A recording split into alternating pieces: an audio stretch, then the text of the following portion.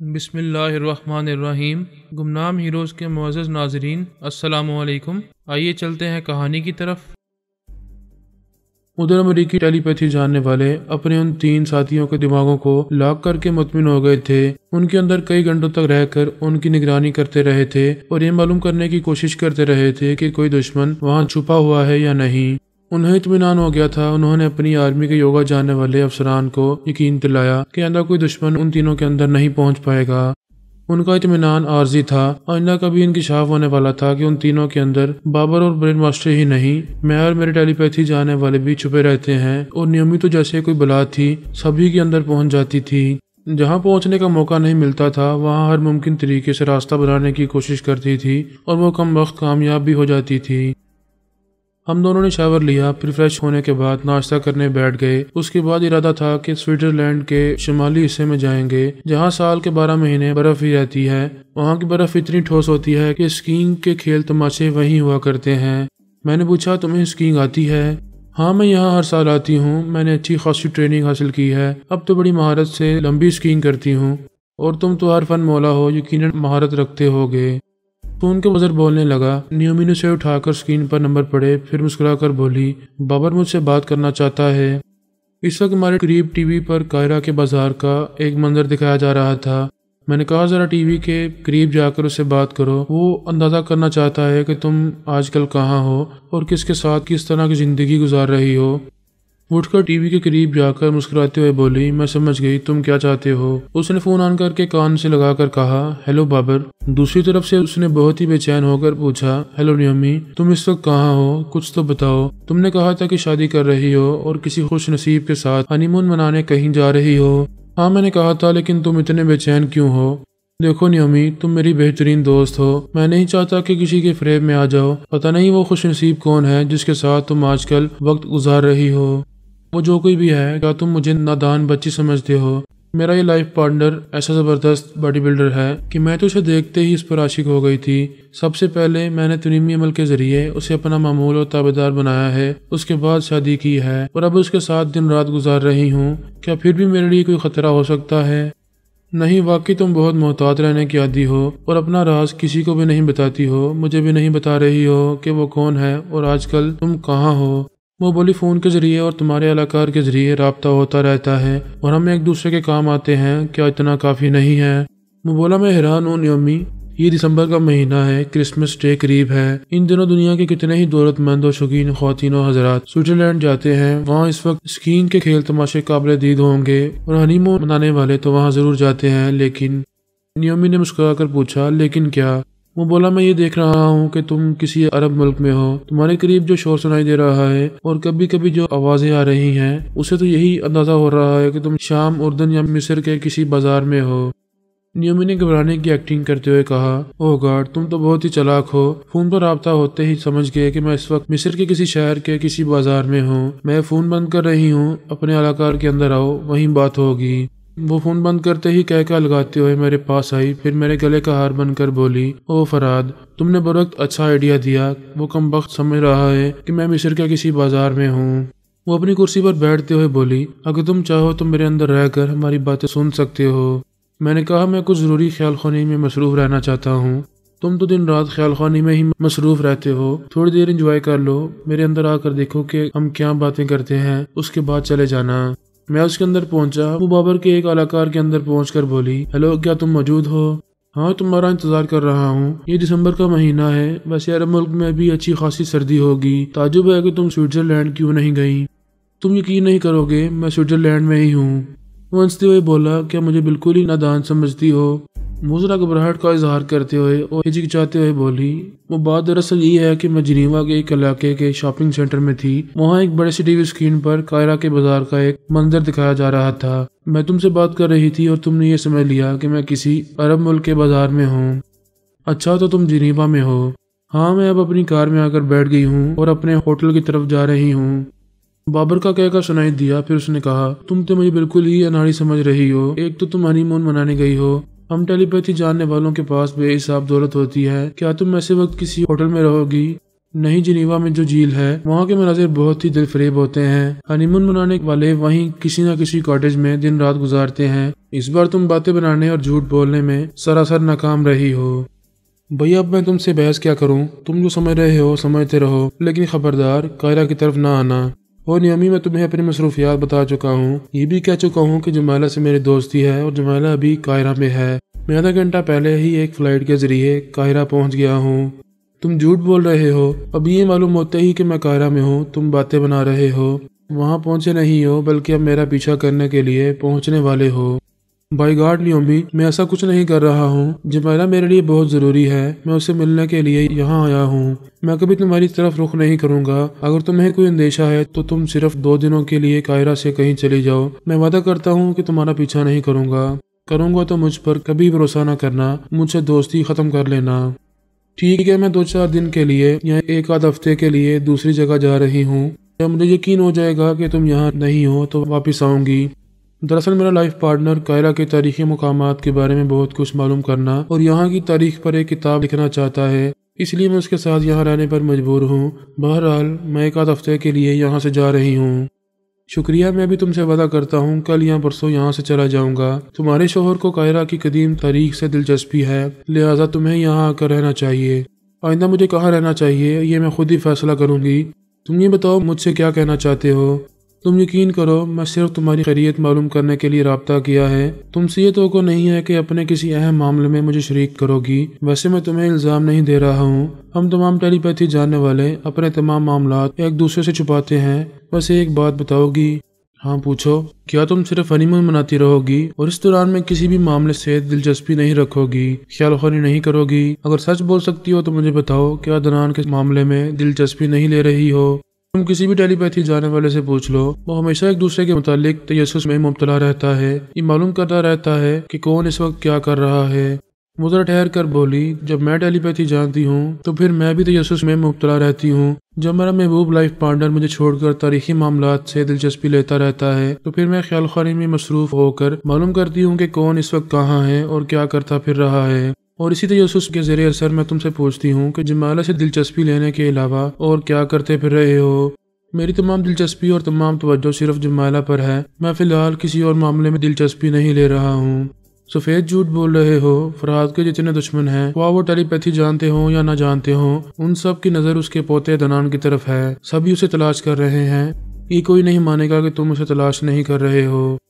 تم مانو یا نہ مانو، اس بچے نے مجھے بری طرح تھکا دیا ہے۔ یہ میں اچھی طرح سمجھ رہا ہوں کہ وہ تمہارے ہی قبضے میں ہے اور تم نے اسے بڑی ہی رازداری سے کہیں چھپا رکھا ہے۔ اس کامیابی کے بعد ہی تم مطمئن ہو، فرحات کو اپنے دباؤ میں رکھنے کے بعد بڑے آرام سے ہنی مون منا رہی ہو۔ وہ ہنسنے لگی۔ اس نے کہا، بہت خوش ہو رہی ہو؟ اپنا رازدار بنا کر مجھے بھی خوش ہونے کا موقع دو۔ تم دوست بن کر میرا بھلا کر سکتی ہو۔ میں بھلا تمہارا کیا بھلا کر سکتی ہوں؟ میں فرحات سے اپنا ایک مطالبہ منوانا چاہتا ہوں۔ وہ اپنے پوتے کی سلامتی اور تحفظ کی خاطر تمہاری بات مان لے گا اور میرا مطالبہ مان لے گا۔ بائی دا وے، تمہارا مطالبہ کیا ہے؟ جب تم تسلیم ہی نہیں کر رہی ہو کہ عدنان تمہارے قبضے میں ہے تو میں تمہیں کیا بتاؤں؟ فرض کرو اگر وہ میرے قبضے میں ہوتا تو فرحات سے کیا مطالبہ منواتے؟ پہلے تم تسلیم کرو کہ وہ بچہ تمہارے قبضے میں ہے۔ چلو تسلیم کرتی ہوں۔ مجھے یہ بتاؤ کہ وہ کس ملک میں ہے۔ میں پتہ ٹھکانہ نہیں پوچھوں گا، ملک کا نام بتا دو۔ میں نے ان ماں بیٹے کو انڈونیشیا میں آرام سے رکھا ہے، تم مجھے ٹالنے کے لیے کسی ایک ملک کا نام لے رہی ہو۔ میں سچ بول رہی ہوں اور تم یقین بھی کر رہے ہو، لیکن مجھے ٹال رہے ہو۔ فرحات سے جو مطالبہ کرنا چاہتے ہو وہ مجھے بتانا نہیں چاہتے۔ مجھے تم پر یقین آ جائے گا تبھی تمہیں وہ بات بتاؤں گا۔ تم سے رازداری کی بات نہ کی جائے تو بہتر ہے۔ میں نے بھی بالکل سچ کہا ہے اور اس لیے سچ کہا ہے کہ تم لاکھ کوشش کے باوجود انڈونیشیا میں ان ماں بیٹے کو تلاش نہیں کر سکو گے، کیونکہ میں نے ان دونوں کو گونگا بنا دیا ہے۔ ان کی آواز کوئی دوسرا تو کیا وہ خود بھی نہیں سن سکتے۔ اب میں جا رہی ہوں۔ تم سے بات کرتی ہوں تو خواہ مخواہ وقت ضائع ہوتا ہے، نہ خود کو فائدہ پہنچاتے ہو نہ مجھے کوئی فائدہ پہنچتا ہے۔ اس نے رابطہ ختم کر دیا، دماغی طور پر میرے پاس حاضر ہو گئی۔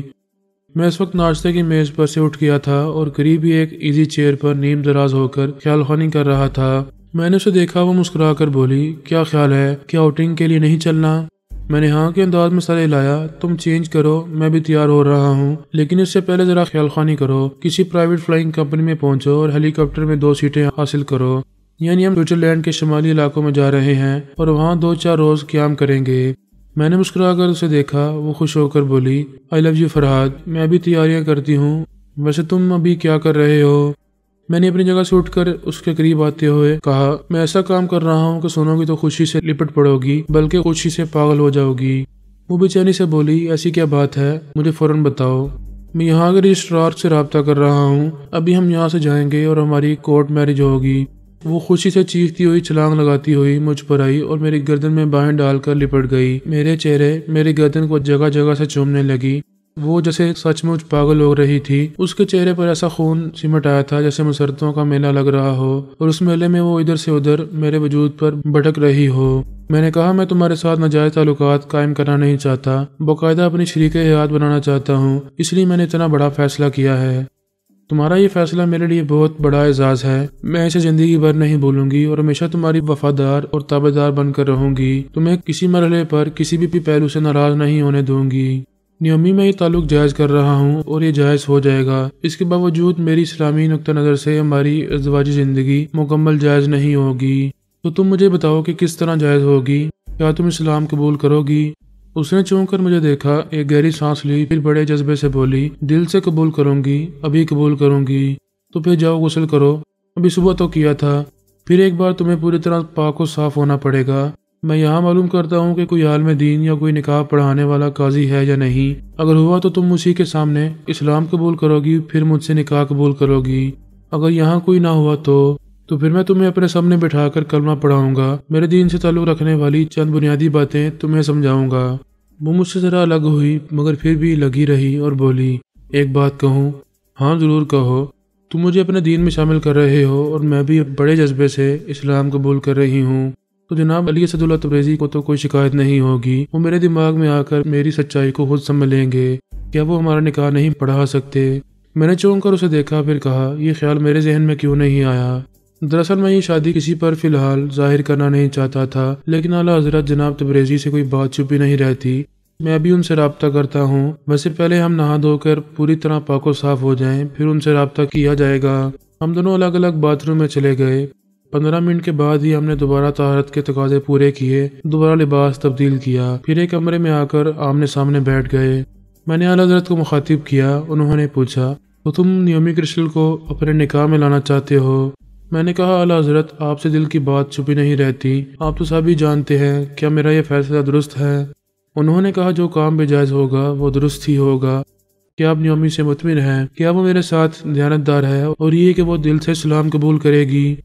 ہاں میں مطمئن ہوں، اسے کہو کہ میں ابھی اس کے اندر آ کر اسے کلمہ پڑھاؤں گا، لیکن اس سے پہلے تم اسے وضو کراؤ، یہ ابتدائی اور اہم باتیں تمہیں سکھانی ہوں گی، میں 10 منٹ کے بعد اس کے پاس آؤں گا۔ میں نے نیومی کو خوشخبری سنائی، اعلیٰ حضرت راضی ہیں اور ابھی 10 منٹ کے بعد تمہارے اندر آئیں گے، اس سے پہلے تمہیں وضو کرنا چاہیے، میرے ساتھ باتھ روم میں چلو۔ میں اس کے ساتھ وہاں آیا، پھر اسے سکھانے لگا کہ کس طرح وضو کیا جاتا ہے، وہ میری ہدایت کے مطابق عمل کرنے لگی۔ وضو کرنے کے بعد سر کو اسکارف سے ڈھانپ لیا، پھر اسی کمرے میں آ کر بیٹھ گئی۔ میں نے کہا، نیومی، یہ تمہارے لیے بہت بڑا اعزاز ہے کہ جناب تبریزی تمہارا نکاح مجھ سے پڑھا رہے ہیں۔ وہ میرے ہاتھ پر ہاتھ رکھتے ہوئے بولی، میرا دل خوف سے اور خوشی سے کانپ رہا ہے، اعلیٰ حضرت میرے اندر آنے والے ہیں، آج میں خود کو دنیا کی سب سے خوش نصیب عورت سمجھ رہی ہوں۔ میں نے اس کا ہاتھ اپنے ہاتھ سے ہٹاتے ہوئے کہا، ابھی مجھ سے فاصلہ رکھو، نکاح سے پہلے میرے قریب نہیں آؤ گی اور نہ ہی ہم دونوں ایک دوسرے کو ہاتھ لگائیں گے۔ چند سیکنڈ کے بعد ہی اعلیٰ حضرت نیومی کے اندر آئے تو وہ خوشی سے اور خوف سے اور بڑے جذبے سے لرز رہی تھی، سہمی ہوئی تھی، میں بھی اس کے اندر تھا۔ انہوں نے کہا، بیٹی حوصلہ رکھو، تم ایک نئی زندگی نہایت ہی نیک نیتی سے شروع کرنے جا رہی ہو، اللہ تعالیٰ تمہارے ساتھ ہے، ہم سب تمہارے ساتھ ہیں۔ وہ اسے حوصلہ دے رہے تھے۔ انہوں نے کہا، کوئی بھی جائز کام کبھی چھپ کر نہیں کیا جاتا، اس لیے اس وقت آمنہ، فرحاد، الپا، اعلیٰ بی بی اور کبریا، جتنے بھی ٹیلی پیتھی جاننے والے فرحاد کی فیملی میں ہیں، وہ سب یہاں موجود ہیں۔ سونیا، پارس اور پورس وغیرہ کو اس شادی کے بارے میں مختصراً بتا دیا گیا ہے۔ تمہارے اسلام قبول کرنے اور نکاح قبول کرنے کی ایک ایک رپورٹ ان کے پاس پہنچتی رہے گی۔ نیومی یہ تمام باتیں سن رہی تھی، اس کی آنکھوں سے آنسو رواں تھے۔ وہ سوچ بھی نہیں سکتی تھی کہ میری فیملی میں آنے سے پہلے ہی اسے اتنی عزت اور مان مرتبہ ملے گا۔ اعلیٰ حضرت نے کہا، او بیٹی اب پڑھو، بسم اللہ الرحمن الرحیم۔ جیسا کہ نیومی کے بارے میں بیان ہو چکا ہے، وہ سونیا کی ہم شکل تھی۔ اس نے بچپن سے سونیا کو اپنے ذہن میں نقش کر لیا تھا اور اسی کی طرح ذہین بننے کی تربیت حاصل کرتی رہی تھی۔ اس نے ٹیلی پیتھی کا علم سیکھا تھا اور اس علم کا تقاضا یہ ہے کہ خیال خوانی کرنے والوں کو زیادہ سے زیادہ زبانیں آنی چاہیے۔ اس لیے وہ انگریزی، فرانسیسی، جرمنی، چینی، جاپانی، اردو اور عربی زبانیں بہت پہلے ہی سیکھ چکی تھی۔ اگرچہ اس نے کبھی کلام پاک کو ہاتھ نہیں لگایا تھا، اسے کبھی پڑھا نہیں تھا، لیکن عربی اچھی طرح سمجھتی تھی اور عربی بولنے والوں کے لب و لہجے کو بڑی آسانی سے گرفت میں لے لیا کرتی تھی۔ اس وقت اعلیٰ حضرت نے کہا، پہلا کلمہ پڑھو۔ پھر انہوں نے پڑھایا تو وہ ان کے ساتھ ساتھ پڑھنے لگی۔ کلام پاک کی ایک ایک آیت بھی ان کے ساتھ ساتھ بڑی روانی سے پڑھتی گئی۔ پھر انہوں نے کہا، چونکہ تم اسلام قبول کر رہی ہو اس لیے میں تمہیں اپنی بیٹی بنا رہا ہوں۔ آج سے تمہارا اسلامی نام ثنا علی تبریزی ہوگا اور تم ثنا تبریزی کہلاؤ گی۔ جب اس نے اسلام قبول کر لیا تو سب سے پہلے آمنہ نے کہا، ثنا تبریزی تم اب مسلمان ہو، ہم میں سے ایک ہو، میں تمہیں ایک نئی اسلامی زندگی کی مبارکباد دیتی ہوں۔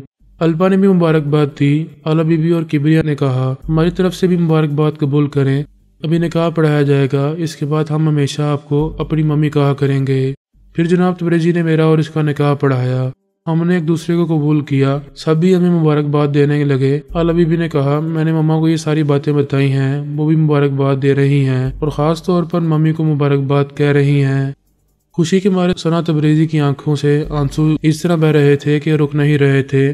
وہ بولی، علی اور کبریا، میں نے ماضی میں تمہاری ماما سے بڑی دشمنی کی ہے، میں سخت شرمندہ ہوں۔ انہوں نے مجھے قبول کیا ہے، میں کس دل سے ان کا شکریہ ادا کروں اور کس طرح ان کے قدموں میں جا گروں۔ میں ہمیشہ تمہاری ماما کے قدموں کی خاک بن کر رہوں گی۔ جناب تبریزی نے کہا، ایک باپ اپنی بیٹی کو کسی کے نکاح میں دینے کے بعد اسے کچھ نہ کچھ دیتا ہے۔ میں اپنی بیٹی ثنا تبریزی کو ایک بہت بڑا اعزاز دے رہا ہوں۔ آج سے بابا صاحب کے دارے کا دروازہ ثنا تبریزی کے لیے کھلا رہے گا۔ یہ سنتے ہی ثنا خوشی سے چیخ مار کر پھوٹ پھوٹ کر رونے لگی اور کہنے لگی، ہائے میں اس قابل نہیں ہوں، مجھے اتنا بڑا رتبہ دیا جا رہا ہے، کتنا مان دیا جا رہا ہے، اتنا اعتماد مجھ پر کیا جا رہا ہے۔ یا خدا، مجھے پہلے عقل کیوں نہ آئی، میں نے پہلے کیوں دشمنی کا راستہ اختیار کیا۔ یا اللہ تعالیٰ، تیرے بندوں نے مجھے معاف کیا ہے، تو بھی مجھے معاف کر دے۔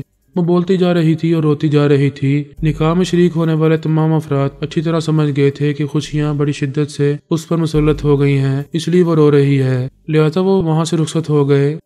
ان کے جاتے ہی میں نے اسے اپنی طرف کھینچ کر سینے سے لگا لیا اور بڑے پیار سے اس کے آنسو پونچھنے لگا۔ علی اور ایمان علی کی ملاقات بڑے ہی ڈرامائی انداز میں ہوئی تھی۔ وہ دونوں حیدرآباد دکن میں تھے۔ ایمان علی کے متعلق کچھ تفصیلات پہلے بیان ہو چکی ہیں۔